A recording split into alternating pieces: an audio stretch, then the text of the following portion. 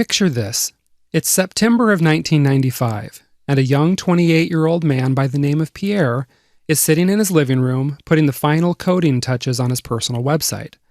This website includes information about the Ebola virus, although not very many people are going to remember that little fact in just a few short years. What makes Pierre's website memorable is that he's created a marketplace, an auction site, which he calls Auction Web. And the first thing he sells on his site is a broken laser pointer for only $14.83. This surprises Pierre so much that he calls his buyer to make sure the guy actually knows that the laser pointer was broken. Well, it turns out the buyer knew, but that's what he did of all things. He collected broken laser pointers. Now fast forward to the summer of 1996. Pierre's little auction site has cleared $10,000 in revenue already, and it's continuing to grow, so Pierre hires his first employee. By 1997, Pierre's site had grown so rapidly that he was able to secure $6.7 million in funding from a venture capital firm.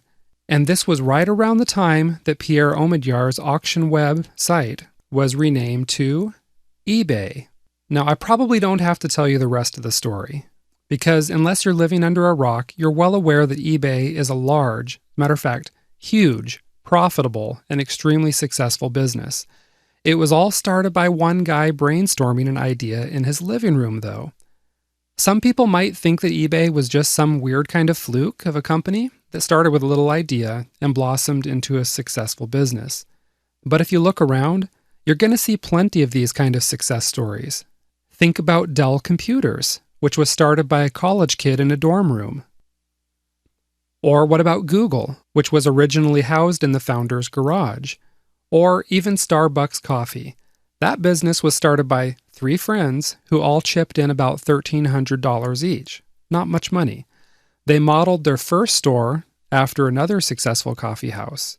Well, after a few bumps in the road, they developed a business model that worked. It really worked.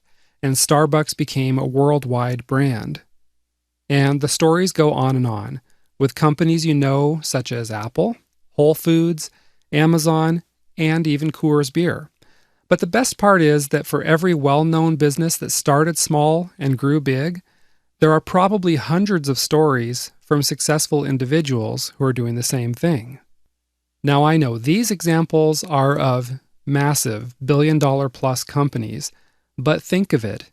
If a multi-billion-dollar company can get its start from one little idea, and an operation run out of a garage or living room even, then surely you can come up with $1 million idea. And here's the good news. There are plenty of people who've blazed the trail before you and proved that it could be done. You can do this too, and I'm going to show you how.